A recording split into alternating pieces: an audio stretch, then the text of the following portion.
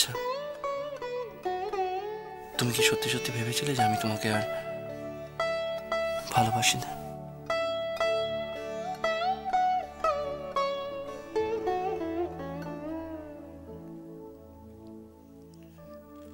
তুমি তো সব সময় আমার উপর রেখে রেখে থেকেছো। তোমাকে ছুতে গেলেই আমাকে দূরে ঠেলে দিয়েছো। নিজের মুখে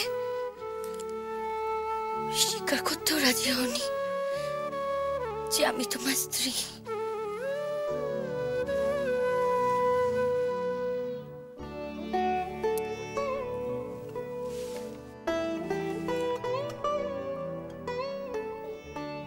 আমার স্ত্রী? শোনো না, আমার কাজ শেষ হলে চলো না গো, কদিনের জন্য দুজন মিলে কোথাও বেরিয়ে আসি।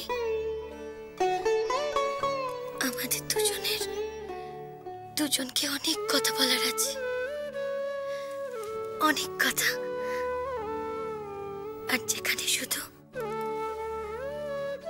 আমরা আমাদের নিজেদের, শুধু নিজেদের।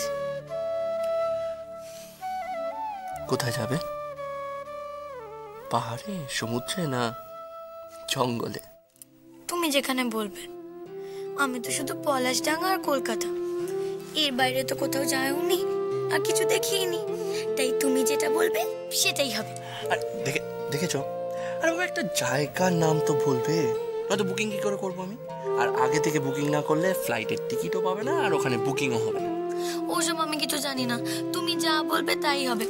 ব্যাস, আমি বলে দিলাম।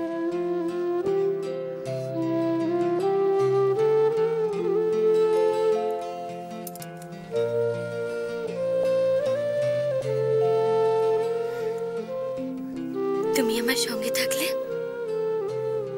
পৃথিবীর যে কোনো জায়গায় আমার জন্য স্বর্গ। তাই তুমি যেটা বলবে সেটাই হবে।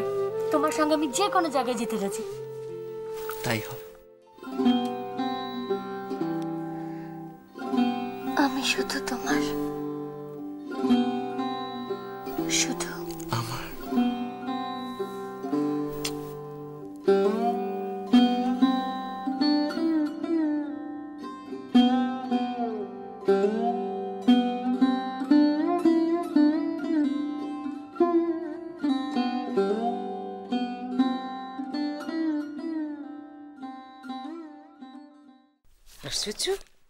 নিখিল কাজে বেরিয়ে গেল, মৌরি এখনো ঘুম থেকে উঠলো না। জেঠি কফি। মৌরি তো এত বেলা অব্দি ঘুমায় না কখনো। তুমি যাও তো, একবার গিয়ে দেখো তো মৌরি কি হলো। যাও যাও যাও যাও গুঞ্জা যাও। হ্যাঁ যাই। আরে এই তো মৌরি। গুড মর্নিং মৌরি। গুড মর্নিং গুঞ্জা দিদি। ইমা, সবাই কাজে বেরিয়ে গেছে নাকি? তুমি ভালো আছো তো? হ্যাঁ মা, ভালো আছি। যা বাবা। আসলে ও আমাকে ডেকেছিল, আমি উঠেও ছিলাম, কিন্তু আবার ঘুমিয়ে পড়লাম। মা বলছে। ওমা কি হলো? তার মানে তোমার শরীর এখনো খারাপ, তোমার ভীষণ রেস্টের দরকার। সমস্ত প্রোগ্রামস ক্যান্সেল করে দাও, কমপ্লিট রেস্ট। হ্যালো, কেমন লাগছে আমি নতুন চশমা কিনেছি? বলো, ফ্যাশনেবল না?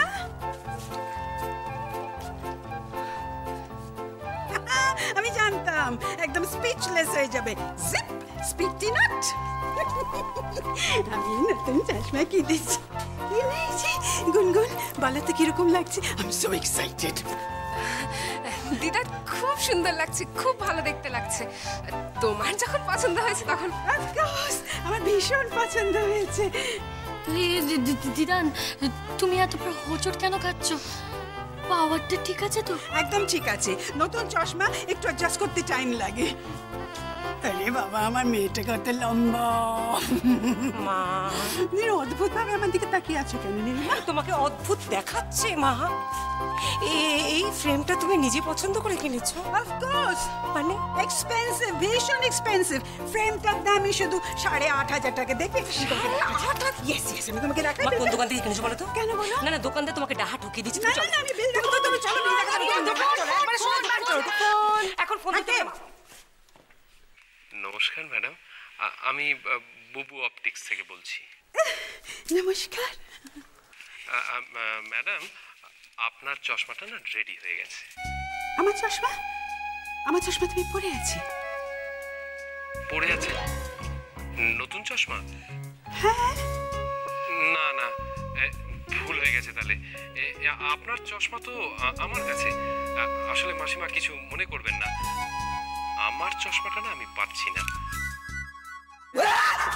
নীলিমা, এটা কার চশমা? এটা কার চশমা? So expensive. আমার না। মানে তুমি অন্য কারো চশমা? মা তুমি হাসছো? দিদা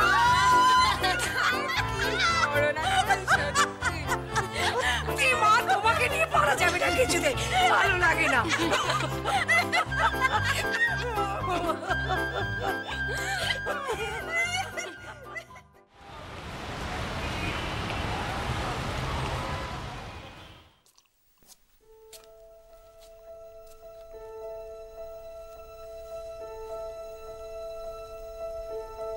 তুমি ঠিকই বলেছিলে অন্তরা,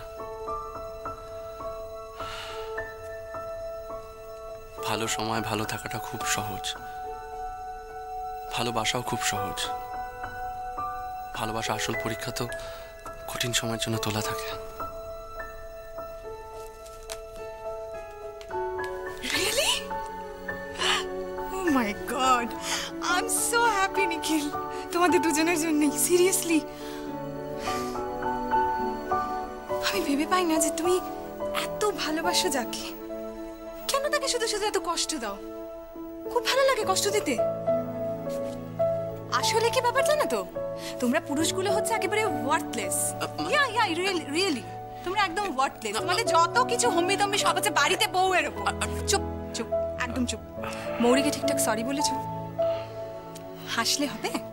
আজকে রাত্রে তুমি মৌরিকে নিয়ে ডিনারে যাচ্ছ। না। ইয়েস ইয়েস ইয়েস, আমার কথাটা আগে শোনো। হ্যাঁ, যাচ্ছ মৌরিকে নিয়ে ডিনারে যাচ্ছ। আমি অ্যারেঞ্জ করে দিচ্ছি, তুমি ওকে নিয়ে ডিনারে যাচ্ছ। আর ডোন্ট ওয়ারি, ওখানে আমি যেখানকার কথা বলছি সেখানে মৌরিকে কেউ বদর করবে না। আর মৌরিকে কি করে রাজি করাবে সেটা তোমার ব্যাপার, সেটা আমি জানি না। তবে হ্যাঁ, যেখানকার কথা আমি বলছি ওখানে সব কিছু আলাদা ব্যবস্থা আছে, আলাদা লিফট আছে, এন্ট্রেন্স, এক্সিট, সব কিছু only for the special people, special arrangement. তুমি কোনো কিছু চিন্তা করো না, কেউ মৌরিকে ওখানে বদর করবে না। ওকে, বুঝেছ? চটপট মৌরিকে একটা ফোন করো। আমার মুখ দেখো না, ফোনটা করো। আর আমি ফোন করতে যাচ্ছি তোমাদের জন্য টেবিল বুক করতে। Thank you. All the best.